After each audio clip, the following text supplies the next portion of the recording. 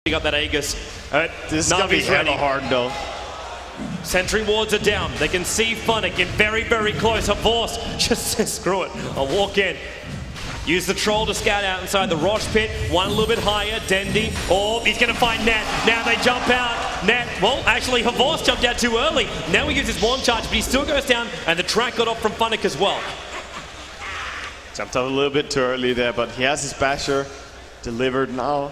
Coming on chicken. That Roshan was completely denied. Ohio Funnick comes in, attacks once, puts the sprout up. Troll just standing there. Who's he going to hold position? Extinct is the one. Funnick will go down now, but Avos goes on Extinct. Fingers grip again by Koro. Raw will cancel off, but Dendi jumps in. Big silence across three of them. KOAXY wants to keep chasing this down as well.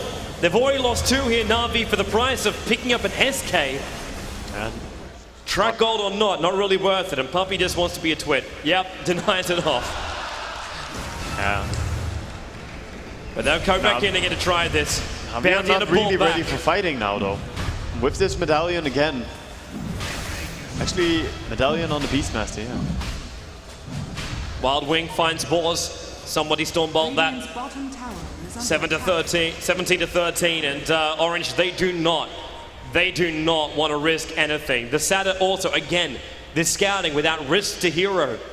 But they got an Alpha Wolf also in this lineup. Bonus damage galore. And looks like they're going to do the trick again. But it's just like clockwork. Sending home. And Orange, the Wild Wings did not make that easy. Extinct even Burrow striking it to try and cancel it off. I want to keep doing this. I think it's going to be hard. Again, invest into Dendi. They're coming in. Where is it? They find one.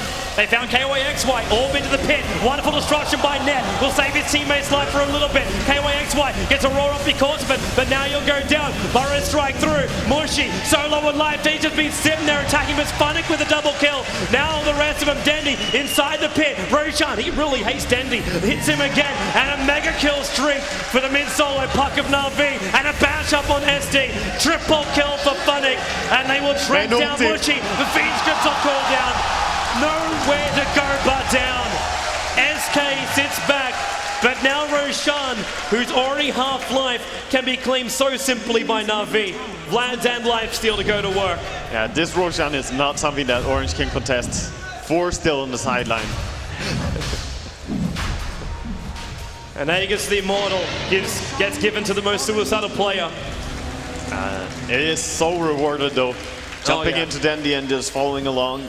These two heroes having a jump in, silence, then infest damage.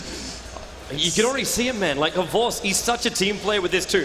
4-1-11 is his stats. 11 assists as well for Dendi. Funnily enough, the Bounty Hunter is the one that's claiming the last scalp to hang on his mantelpiece. He is 9-2-4 on Funnick.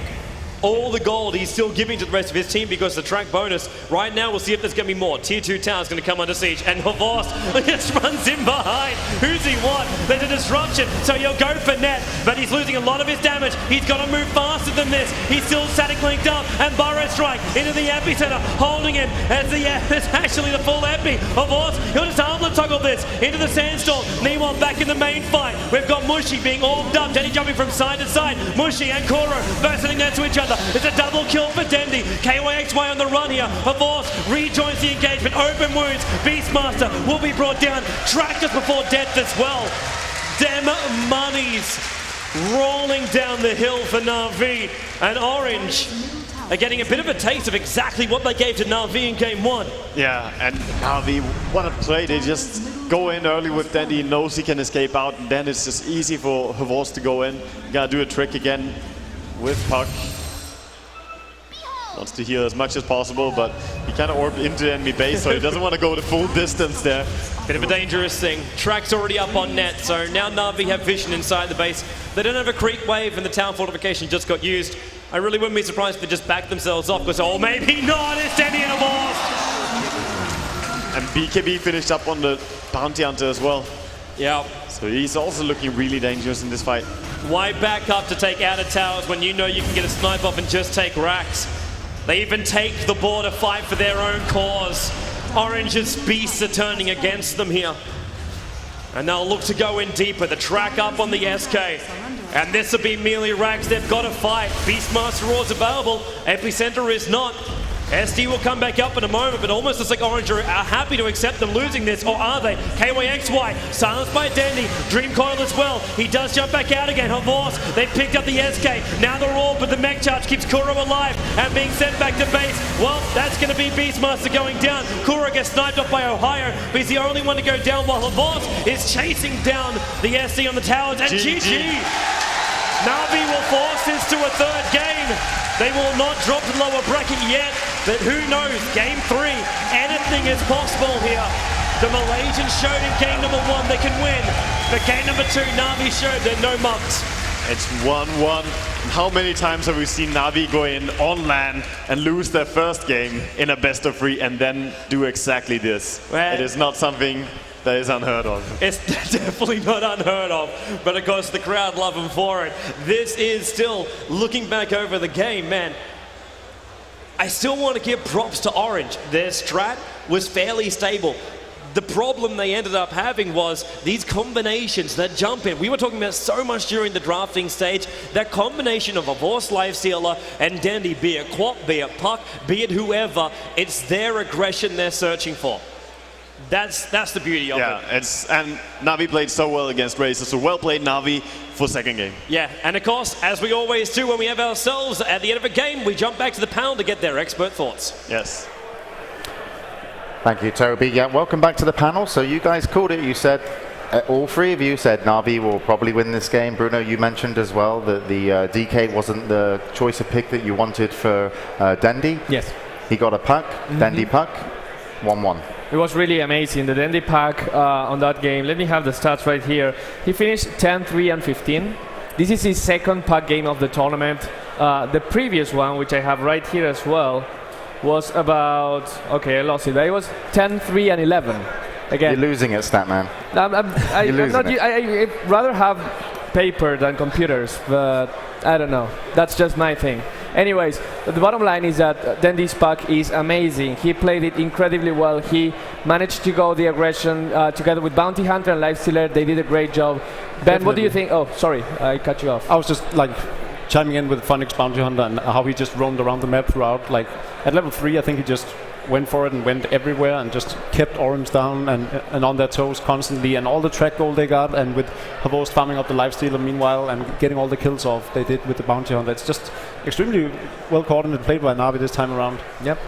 Yeah, I think they just gave Na'Vi way too much. Like Puppy on his Shen, they gave Dendi Puck instead of a weaker mid-hero, and they gave the Bounty Hunter too. I think Bounty Hunter just suits their playstyle so perfectly. All they want is early aggression. They want an early lead, and if you give them, even if it's even with the Bounty Hunter, you'll end up winning the mid-game. And that's what we saw. We saw relatively close early trades. Mushi got a couple of kills with the Razor, but the track kill was eventually too much for them. They had a lot of solutions for Havos Lifestealer. This is the hero that is like a classic Havos hero before the Weaver, and they had Razor with the Link, they had Razor Ultimate, they had the Boar, they had Primal Roar, they had just so many things, and the Demonic Purge.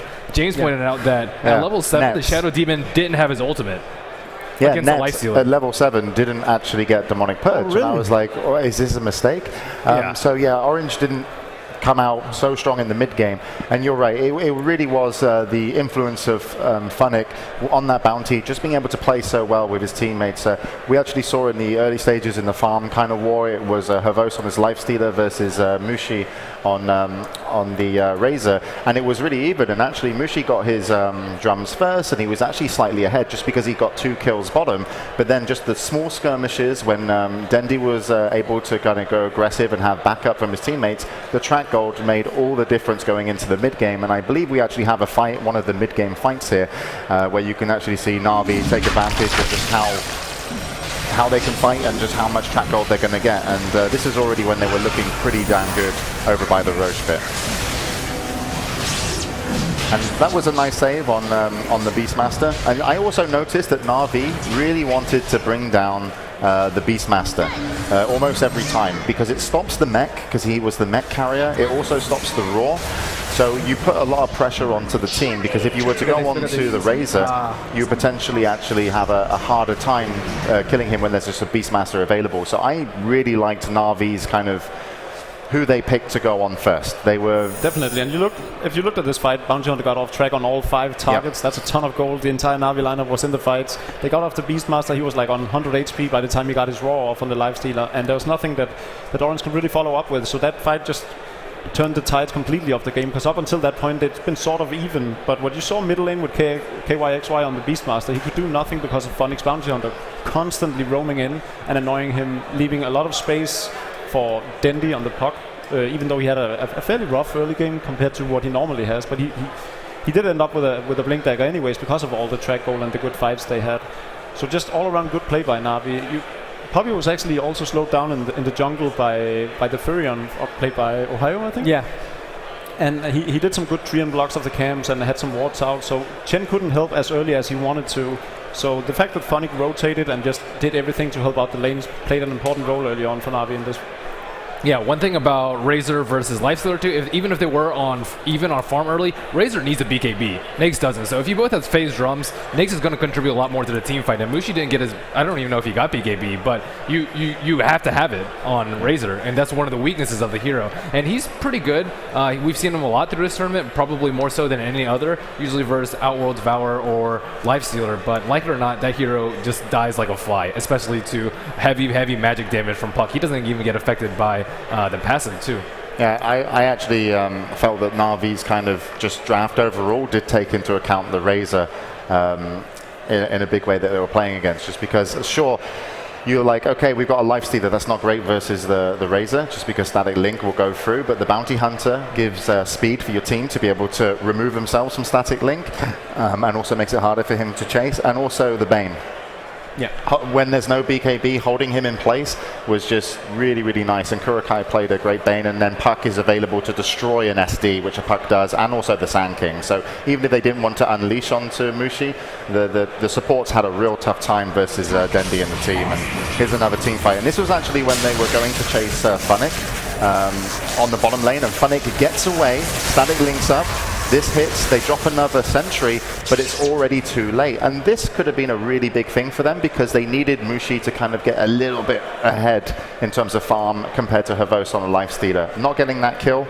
He actually did get a double kill later, but that was quite a big moment. They invested a lot of effort that into getting that kill on the Bounty Hunter, definitely. And I mean, they ended up getting the tower, but they spent 4 heroes doing so, and there was nothing that KYXY could do on the middle lane meanwhile. So They really needed to get that kill, especially because like they invest the sentry wards, they invest all the mana of all of their heroes, and they still let Funnick escape. I'm not even sure why they dealt so little damage. Did they miss target like with the Sand King and the Shadow Demon? It looked as if they didn't hit the Bounty Hunter, because he was just standing there with like barely any HP, but he didn't die.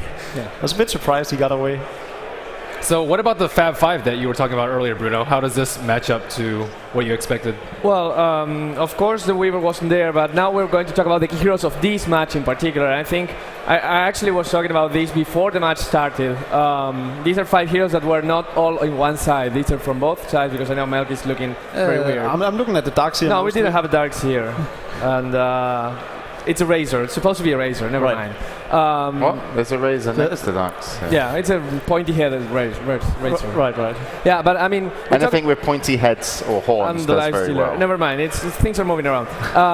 The interesting thing is that Net didn't play the Sand King, which was what we were expecting for, and it was extinct.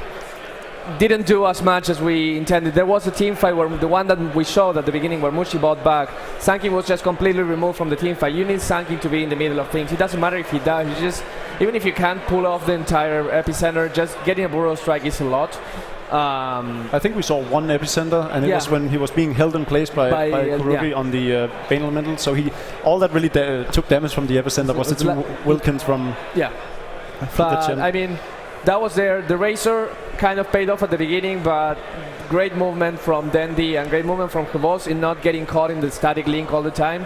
Made it really hard for Razor to actually function as it should. And again, I have to go back to Dendi's pack being amazing. I think that Na'Vi finally understood that what they have to do is just play their game. Do not go into full, let's trade heroes just because. And if we're going to trade heroes just because, why not get a Bounty Hunter? Exactly, like with Jack and everything. And you could see how Na'Vi just loves playing so aggressive. They dove into the base just to get a Shadow Demon. Dendi sacrificed his life, but hey. Yeah. who cares? They got the track kill off. Of course. That's just the Na'Vi style of playing. Russian Dota. All right, so we're going to go into a final map in just a little moment. It's currently 1-1. What do Orange need to do? Because really, when you lose the last game, it's you who have to react in terms of, okay, now it's your turn to kind of outsmart your opponent. They're obviously going to be looking at that bounty hunter and being like, we're okay not fighting so aggressively. First game, they got to fight a lot Orange, but they had the better lineup to do so. Second game, Na'Vi had the better lineup to fight. They seem like they both just want to brawl it out, but what do Orange need to consider in game number 3? I personally would love to see one of the oldest matchups hero-wise with Chen and Enchantress running around after each other. I don't care which side gets the Chen and who gets the Enchantress, but Extinct versus Puppey on that. Me, myself being a Chen player, this is something I love watching. As you were saying, Net on a Sand King would be really cool to see. There's a lot of different stuff I'd like to see coming out of these teams. Just trademark heroes, and Mushi, Queen of Pain. These things would be really, really awesome to see. Now we've seen the Nature's Prophet, and now they finally lost with it, so I'm sort of over it. I want to see something else now, and I want to see some aggression coming out from Orange the same way we saw in Game 1, and I'm hoping they can bring it to Na'Vi. What about you, Ben? I'd like to see a TA. I think Mushi's TA is like ridiculously good. Yeah. And it's kind of fallen out of favor, but it's still a strong hero. People have been bringing back a lot of older heroes, Sand King, Earthshaker, Tidehunter even, and I think that those heroes are still strong. They're just fallen out of favor. They just need to pick it up. I think it fits well into the playstyle that they're trying to do too, which is just run around, fight a lot early, and TA is one of the best heroes at that. Doesn't even necessarily need a BKB either, but she is incredibly strong. But I think Orange needs to work on their draft. They banned Bounty Hunter first game, why not ban it second? They need to stick with what works. They had a good draft for game 1, didn't have a great one for game 2. It was a decent draft. It was decent, but with Na'Vi having like even heroes, it seems like Na'Vi takes it. Oh yeah, definitely. And Na'Vi had like we were saying, a lot of their trademark heroes, so to speak. Puppey on the Chen, obviously. Havost on the Lifestealer.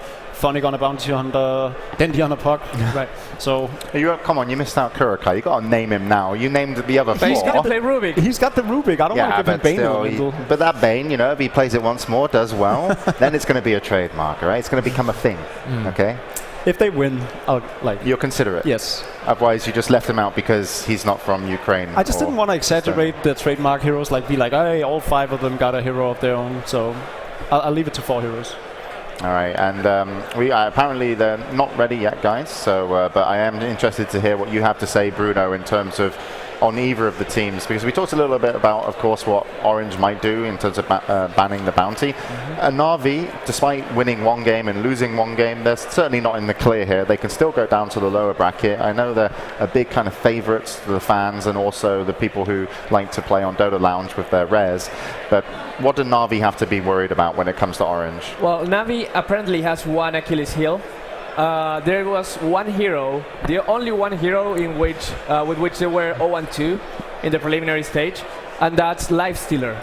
I mean, personally, I do not advocate Lifestealer picking because I think it's a boring hero. I think it's a very safe hero. I like to see something more flashy. I would like to see the return of the Morphling or something like that, which is more fun. But apparently, the 2 losses were the 2 losses Fnatic gave Na'Vi at the beginning of the preliminary stage.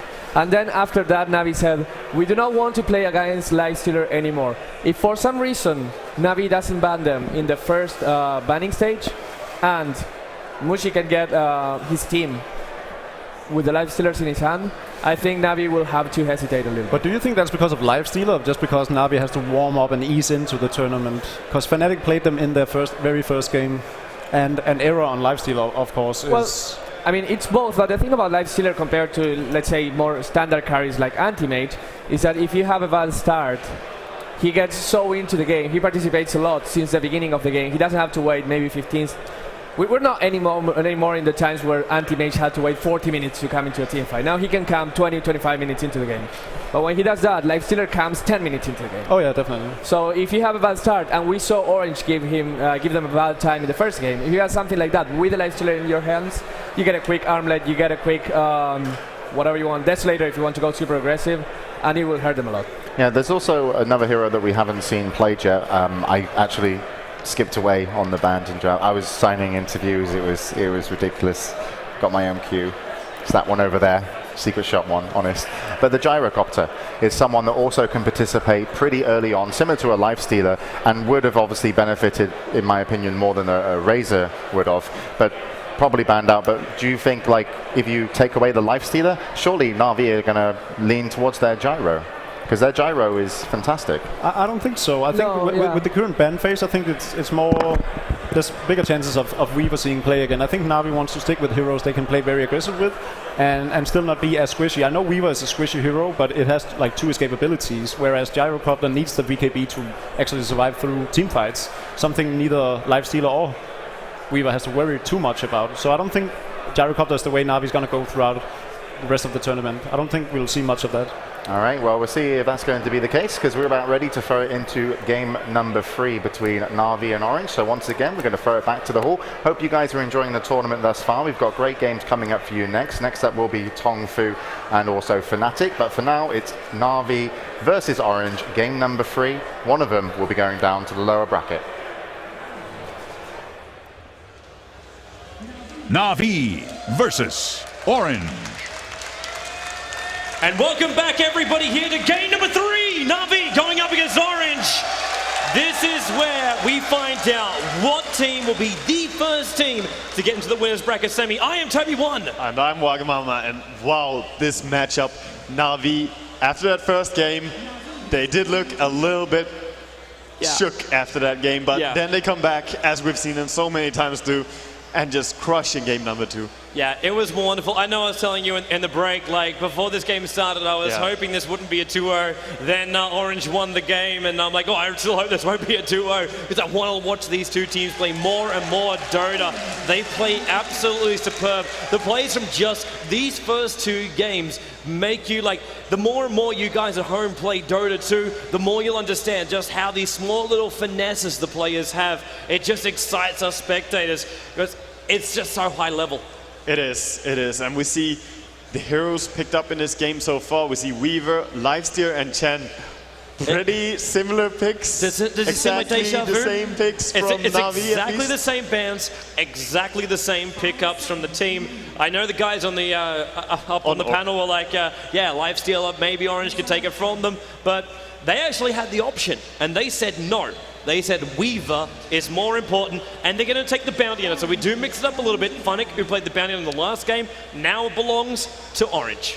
Weaver and Bounty Hunter. These are pretty greedy picks. I don't say it because both these heroes need a whole lot of farm, but both these heroes, they really lack anti-push. Yep. And you're going up against the Chen, and you know this. And Na'Vi, they definitely know how to take, I said it before, they know how to take your map and start using it.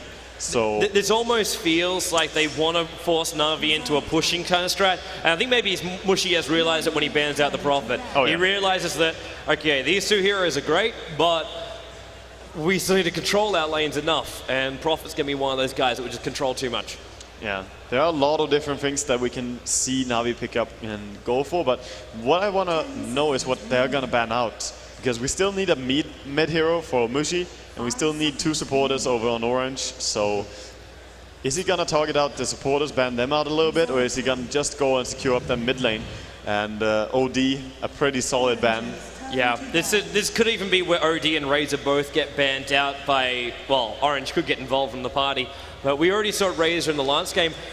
Surprisingly, not as effective as you would have thought. Na'Vi played so well around the Static Link, I can barely even express it. They cancel it so fast. Whenever Puck got it on him, it was a split second before Dandy just jumped away somehow, either blink or with the orb. Yeah. And he could just not stay close enough due to the track. It's a big, big thing that he was tracked all the time on Razor, and that makes it so easy for people to just run out of it. And all right, Mushi. You can see him up on the screen right there. They're taking their time with this last ban. I think they're going up the same question as you. It's like, what are they going to ban out? Like, are we supposed to focus towards something? Again, for the second game now, they take out the Storm Spirit. Lifestealer combo. Again, though, we're in the same position where Puck is available, and we still have the Queen of Pain available, and there's now 2 picks coming up from Puppey, and Rubik will be their first one. So we get Kuro's Rubik already up on the field right now. And this is This is like comfort zone. Like this is that old chair which is sitting in your house forever that you never want to throw away. That's exactly what this is for Na'Vi. Na'Vi are in that comfy old chair right now. They have heroes that they all love so much. I mean, Havost on Lifestealer, Puppey on Chen, and Kurokai on Rubik. I don't know if you can find much more of trademark heroes. Maybe Weaver for Havost during this LAN, but he has definitely played his share amount of Lifestealer in the past. This now opens up a little bit for Orange. Like, you've already got Rubik, who's going to be looking for the major ability he wants is the track of the Bounty Hunter. Shukuchi as well lets you get in, lets you do damage, and more importantly, it lets you get in range for your telekinesis. So it gives initiation. It's like the best ability that you can see stolen from the Rubik is actually a blink dagger, like a blink kind of ability. So heroes like Windrunner. Yeah, we get the lovely redhead coming in for Orange. I'm happy to see and that makes it very interesting, because this could be a support Windrunner. I would almost say it most likely to be. But it could also head towards the mid lane. Yep, mid solo. As an offlaner, you already have your bounty hunter, so you don't want to put her down there. And Na'Vi, I don't think that he wants to pick up the Puck now. He's going to wait with the mid pick again, Puppey that is. Because if he picks something like Puck now, there's always the danger of the enemy going for a TA mid. He is going to go into the Puck, so Mushi is one of the best TA players in Dota 2. You wouldn't see him pass it up right now, because if he does, then you know Puppey will ban it instantly as we go into the next phase. Then again, if they do pick TA, they put themselves even more in that position that we talked about earlier. Having too little D-push, they would have amazing fighting, just tracking down enemies and just chasing after them. But for the big 5-on-5 push from Na'Vi, I don't know if they would be able to hold it with a TA now. My last question on this one too would be, who is Funnick playing? Because we don't have a hero for Funnick. Like, you know you're going to go up against a Bounty Hunter would be the instant assumption. So who would you want him playing up against that Bounty? And can you even get the lane up against him? Because do you want to run Lifestealer, Chen, and Rubik on the top lane? The answer is probably not likely. You want to have, again, Havost in the bottom lane, Rubik and Chen having the ability to move out. We're going to go with a second game for SK, being the pickup here from Orange. And that does make it a little bit more difficult for like a runaway hero on that top lane. But right now, I'm looking at Orange's lineup. You got Shackle, you got Burrow Strike, you got Shuritos. Shackle isn't a certainty. Burrow Strike is a very short range in the early points of the game. And Shuritos is a mini stun. There's not a lot of control for an offlane hero. No, and I would say that Na'Vi being Na'Vi, they might just go into a Miran on the offlane again. He played amazingly in the first game, even though they lost that game. That was definitely not by the performance of Funnick. And Orange, however, did have really quick and good reaction with just cancelling the Nightmare. But in this game, they're not relying on that. They have other spells. They have just set up with Rubik, the Chen creeps. Even the slow of Lifestealer is pretty good for just landing simple, medium-ranged arrows. And it's a decent offlaner that they actually play a lot. Yeah, I thought this would be a very fast decision for Na'Vi to take out that TA. Yeah, I thought so too, but they're baiting it. I think that they are definitely baiting a TA pick because the anti-push is too weak from Orange. If they go for something like a TA last, then it's going to be a rough lane for him. That rotation from Chen and Rubik has to come almost like, even at level 1. I guess Smoke Gank level 1 almost has to come out. Maybe. If you kill him level 1 though, he's going to be immediately back. Because you always save for bottle gold, and he's going to buy a TP scroll and come back to the lane. So the only thing you could have going for you is a little bit of experience and maybe a last hit on the first blood, which is huge, of course. But Puck would still have to struggle.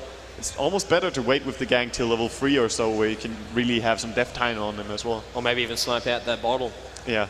And have ourselves slippery little suckers across the map. It didn't work out too well in the last game, though. No, it didn't. There was a lot of commitment to kill couriers. Yeah. So much hate towards the couriers during TI. And on the donkey one too, like it was a plain courier. Like, let him be. Like, if it was Shagbark, I would shed like more tears. Yeah. Because like he's just so cute, you can't kill him. You're not allowed to kill him. The Leshrac ban from Puppey is kind of interesting since he's running so much push as well. Timbersaw will be the last ban. Are they really feeling that would be? I mean, Timbersaw is decent offlaner. Maybe they want to be. They want against that lineup. I think that Orange want to have their options open to go aggressive tri-lane, and if they do, they would have a bounty solo top, and that would be very sad against a Timbersaw. Timbersaw is quite strong against any melee hero. Yeah. So quite a lot of thought going into this from both teams for sure. Well, last selection from both teams. We're down to it. We need a mid solo for Orange, unless it's going to be the Windrunner. And we require an offlane hero for Na'Vi. Yeah, Na'Vi, they have been going through this pick stage pretty fast, so still have 70 seconds to go. They can really think now and make sure that they have what they want. We see the players talking. Funnick just chilling on the side. Funnick is like, yeah. No one saw that. It's just my hero they're talking about. It doesn't matter. I don't need to. Don't need to be involved. I was like, no. I'll get more farm if you pick him this. Okay. Funnick looks pretty happy right now, though. A little bit. Yeah, okay. He doesn't Just a stroke of the shoulder. We're going to